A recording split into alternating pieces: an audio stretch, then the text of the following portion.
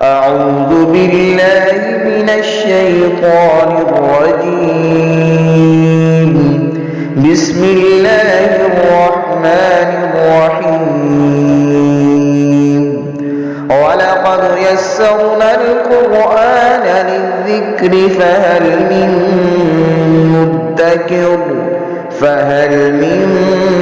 مدكر. بسم اللہ الرحمن الرحیم. سورہ آل عمران کی 165 نمبر آیہ مقدسہ سے آج پڑھیں گے. چوتھے پارے کا دوسرا نصف شروع ہو رہا ہے یہاں سے. اعوذ باللہ من الشیطان الرجیم. بسم اللہ الرحمن الرحیم. اولما اصابتکم مصیبۃ قد عصبتم مثلیہا قلتم انا ھذا قل هو من عند انفسکم ان اللہ علی کل شیء قدیر. غزوہ احد کے پس منظر میں ان آیات مبارکہ کو ہم سمجھنے کی کوشش کریں گے. ہم پڑھ چکے ہیں کہ غزوہ احد میں نبی کریم صلی اللہ علیہ وسلم کے حکم کی اطاعت نہ کرنے کی وجہ سے اہل ایمان کو مشکلات کا سامنا کرنا پڑا، نقصان اٹھانا پڑا. تو بعض اہل ایمان کہنے لگے کہ ہم حق پہ ہیں،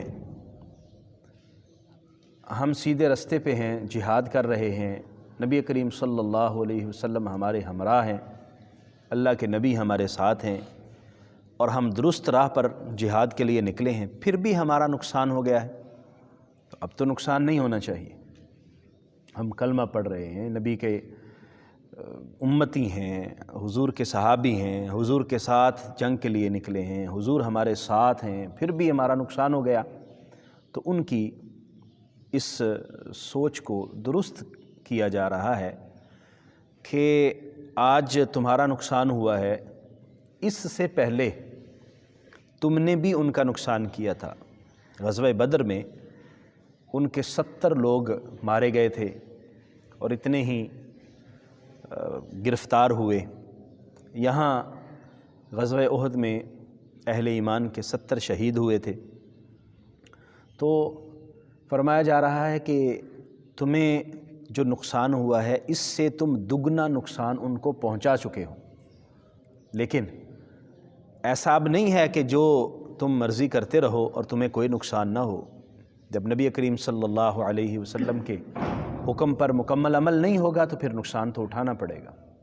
اور یہاں پر وہ اصول بھی ہمیں بتا دیا گیا کہ ہم نے کلمہ پڑھ لیا ہے اور ہم اب یہ سمجھیں کہ چونکہ ہم نے کلمہ پڑھ لیا ہے اس لیے جو مرضی کرتے رہیں، کامیابی ہمیں ہمارے قدم چومنے چاہیے اور دنیا میں ہمیں عروج اور ترقی ملنی چاہیے کیونکہ ہم نے کلمہ پڑھ لیا ہے اور ہم آخری نبی کے امتی ہیں، نبی کریم صلی اللہ علیہ وسلم کے امتی ہیں، اب غلبہ ہمارا ہونا چاہیے. تو یہاں اس بات کی بھی ہمیں وضاحت بتائی جا رہی ہے کہ کلمہ پڑھ لینا کافی نہیں ہے، بلکہ اس کے قواعد و ضوابط پر عمل کرنا اور نبی کریم صلی اللہ علیہ وسلم کی کامل اتباع کرنا اور اطاعت کرنا، اصل میں یہ وہ چیزیں ہیں جو انسان کو عروج، ترقی اور کامیابی سے ہمکنار کرتی ہیں. اولما اصابتکم مصیبۃ، کیا جب تمہیں کوئی مصیبت پہنچے، قد اصبتم مثلیہا، حالانکہ تم دگنی مصیبت پہنچا چکے ہو، دگنا نقصان کر چکے ہو. قلتم انا ھذا، تو تم یہ کہو گے کہ یہ کہاں سے آ گئی.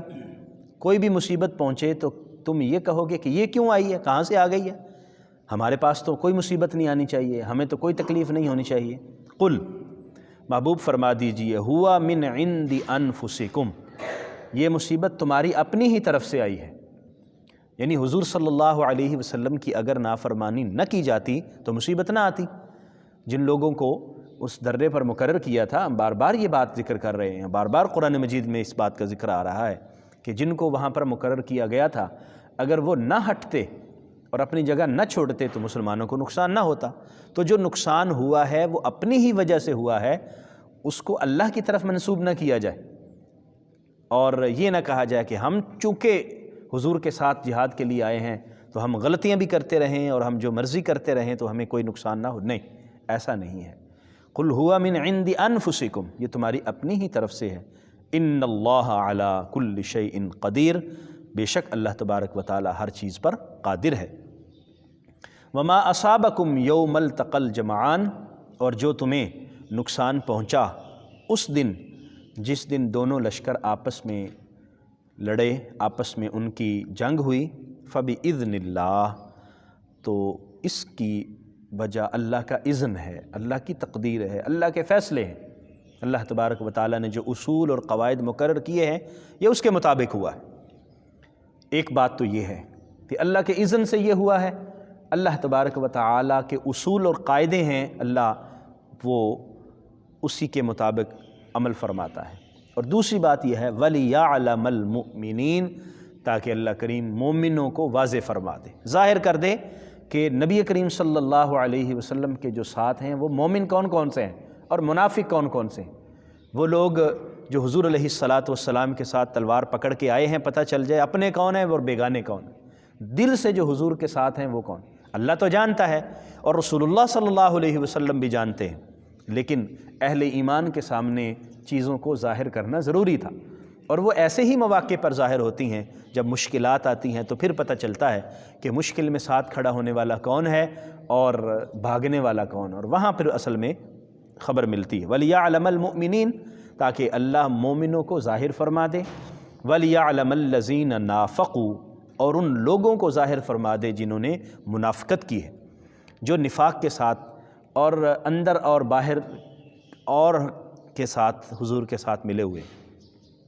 نبی کریم صلی اللہ علیہ وآلہ وسلم جب آپ روانہ ہوئے تو عبداللہ ابن ابی اپنے 300 لوگوں کو ساتھ لے کر پہلے تو نکلا، رستے میں پھر علیحدہ ہو گیا اور طرح طرح سے بہانے بنا لیے۔ ایک تو یہ بہانہ بنایا کہ میں نے کہا تھا کہ مدینہ میں رہ کر لڑا جائے، شہر کے اندر رہ کر لڑائی کی جائے، باہر نہ نکلا جائے، میری بات نہیں مانی گئی سو میں آگے نہیں چلتا۔ وہ اپنے 300 بندے لے کر پہلے ہی سائیڈ پہ ہو گیا۔ اب مومنوں کو پتہ چل گیا کہ یہ جو ہمارے ساتھ ملا ہوا تھا یہ اندر سے نہیں ملا ہوا تھا، یہ منافقت کے ساتھ ہمارے ساتھ ملا ہوا تھا۔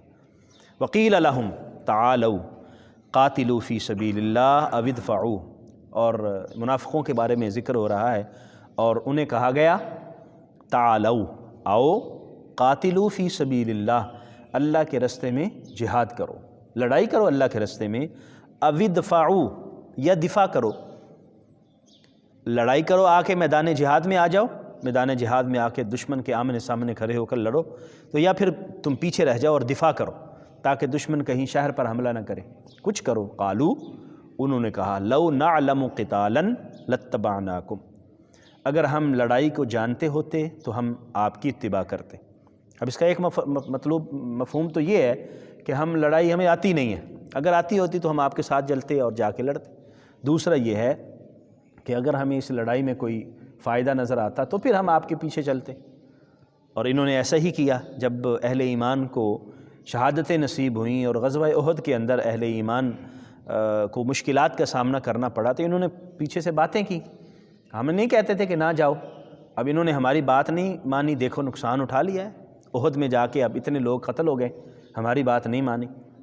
ہم للکفر یومئذ اقربہم منہم للایمان، وہ لوگ یعنی یہ منافقین یہ کفر کے زیادہ قریب تھے اس دن بنسبت ایمان کے، یعنی ایمان کی بنسبت یہ کفر کے زیادہ قریب تھے۔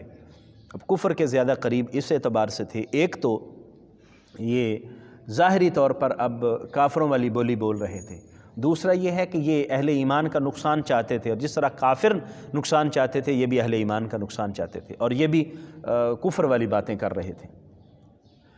یقولون بافواہہم ما لیس فی قلوبہم، وہ کہہ رہے تھے اپنی زبانوں سے وہ چیزیں، وہ باتیں ما لیس فی قلوبہم جو ان کے دلوں میں نہیں تھی، زبان سے ایسی بات کر رہے تھے جو دل میں نہیں تھی، دل میں کفر چھپا ہوا تھا، دل میں مسلمانوں کا نقصان چھپا ہوا تھا، دل میں مسلمانوں کی پریشانی پر خوشی چھپی ہوئی تھی، زبان سے کچھ اور کہہ رہے تھے۔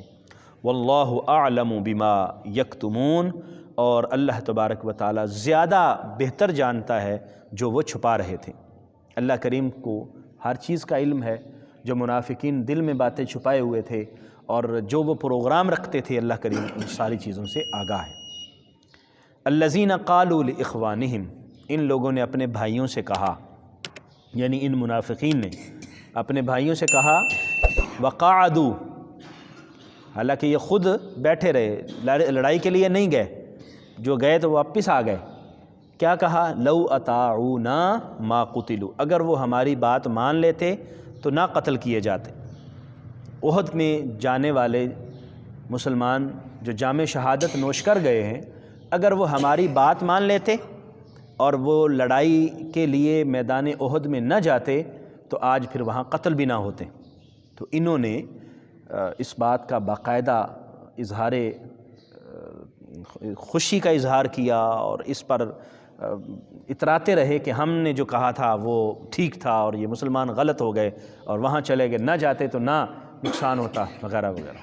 اللہ تعالیٰ نے کیا فرمایا، قل، بابو نے فرمائیے، یہ جو اس طرح کی باتیں کر رہے ہیں انہیں فرما دیجئے، فَادْرَؤُوا عَنْ أَنفُسِكُمُ الْمَوْتَ، تو پھر تم روک لو اپنے آپ سے موت کو۔ اگر تم یہ سمجھتے ہو کہ احد میدان میں جانے سے ہی ان کو موت آئی ہے یا وہ شہید ہوئے ہیں اور تم نہیں ہوئے، تو پھر تم موت کو روک لو۔ جب بھی موت تمہارے پاس آئے تو تم کہہ دینا کہ ہم نہیں مرنے والے۔ تو موت کو تو کوئی بھی نہیں روک سکتا، تو پھر وہ کتنی اعلیٰ موت ہوگی جو اللہ کے رستے میں لڑتے ہوئے آئے، جو میدان جہاد میں اس کی بارگاہ میں پیش ہو جائے اور جو خون کے قطرے اس کے رستے میں گرے، ان سے مقدس خون کے قطرے کون سے ہو سکتے ہیں، اور ان سے بہترین رستہ کون سا ہو سکتا ہے جو اللہ کے رستے میں جہاد کے لیے نکلے ہیں۔ موت تو انسان کو کسی وقت بھی آ سکتی ہے، ان کنتم صادقین، اگر تم سچے ہو، اگر تم سچے ہو اپنی اس بات میں تو پھر موت کو روک لو۔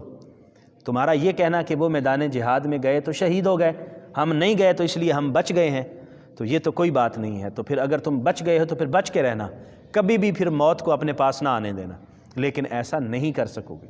تو پھر ایسا نہیں کر سکتے تو پھر بہتر وہی موت ہے جو اللہ اور اس کے رسول کے حکم مانتے ہوئے آئے، اللہ اور اس کے رسول کے رستے میں آئے، اللہ اور اس کے رسول کی اطاعت میں آئے، وہ بہترین موت ہے، نہ کہ اپنی زندگی کو بچاتے ہوئے اللہ کے اور رسول اللہ کے رستے سے آدمی انحراف کرے اور دور ہٹے اور کہے کہ میں تو کامیاب ہو گیا، میں بچ گیا۔ نہیں، کامیابی وہ نہیں ہے۔ جو 300 لوگ رستے سے میدان احد میں جاتے ہوئے رستے سے ہٹ آئے تھے، وہ کامیاب نہیں ہیں۔ وہ 70 شہداء کامیاب ہیں جنہوں نے میدان احد میں اپنی جانوں کا نذرانہ پیش کیا۔ اصل تو وہ زندگی ہے اور اصل میں وہ ہے جو اللہ کی خوشنودی میں اور اللہ کو راضی کرتے ہوئے آئے، اور یقیناً غزوہ احد کے اندر اترنے والے شہداء اور غازی وہ کامیاب تھے اور وہ اللہ کی رضا کے لیے جا رہے تھے، اور جو پیچھے ہٹ گئے چند سانسیں اپنی بچانے کے لیے، وہ یہ سمجھتے ہیں کہ ہم نے موت سے اپنے آپ کو بچا لیا، تو موت کے اپنے آپ کو کوئی بھی نہیں بچا سکتا۔ جب وقت مقرر آئے گا تو اس وقت کوئی بھی بچ نہیں سکتا۔ تو یہ بات یہاں ان آیات مقدسہ میں بتائی گئی۔ اہل ایمان کو یہاں سمجھایا جا رہا ہے کہ اللہ کریم جل مجدہ نے جو اصول مقرر فرمائے ہیں وہ اٹل ہیں۔ اللہ اور اس کے رسول کی اطاعت اور فرما برداری میں ہی کامیابی ہے، اور انسان کو اسی کے لیے کوشش کرنی چاہیے اور اسی میں آگے بڑھنا چاہیے۔ ہماری جو خطائیں ہوتی ہیں، ہم سے جو غلطیاں ہوتی ہیں، ہمیں اس کو اس بنا پر کہ ہم چونکہ مسلمان ہیں تو اور ہم اللہ کے ماننے والے اور رسول اللہ کے امتی ہیں تو ہمیں نقصان کیسے ہو گیا، نہیں، بلکہ ہمیں ان اصولوں کو ذہن میں رکھنا چاہیے۔ اور آج کے اس دور کے اندر خاص طور پر ہمارا جو صورتحال ہے پوری دنیا میں، ہمیں ان چیزوں کو پیش نظر رکھنا چاہیے کہ صرف کلمہ پڑھ لینے سے ہم کامیاب نہیں ہوں گے، بلکہ اس کلمے کے تقاضے پر بھی عمل کرنا ہوگا، اللہ اور اس کے رسول کے احکام بھی ماننے ہوں گے۔ اور اللہ کریم نے غزوہ احد کے اندر جو بھی اللہ کے حکم سے اور اللہ کے اذن سے جو بھی معاملات ہوئے، وہ اس کی اپنی حکمتیں تھیں۔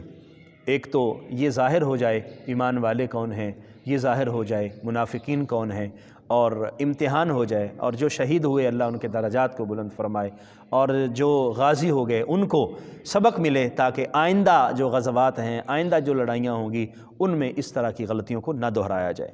اور وہ لوگ جو منافقین تھے وہ قطعاً کامیاب نہیں ہوئے، صرف زندگی کی چند سانسیں انہوں نے اپنے بچانے کے لیے ایسا کیا، لیکن حقیقت میں وہ کامیاب نہیں ہوئے، کامیاب احد والے ہوئے۔ اللہ کریم ہمیں سمجھنے کی، عمل کی توفیق عطا فرمائے۔ آمین۔ وآخر دعوایا ان الحمد للہ رب العالمین۔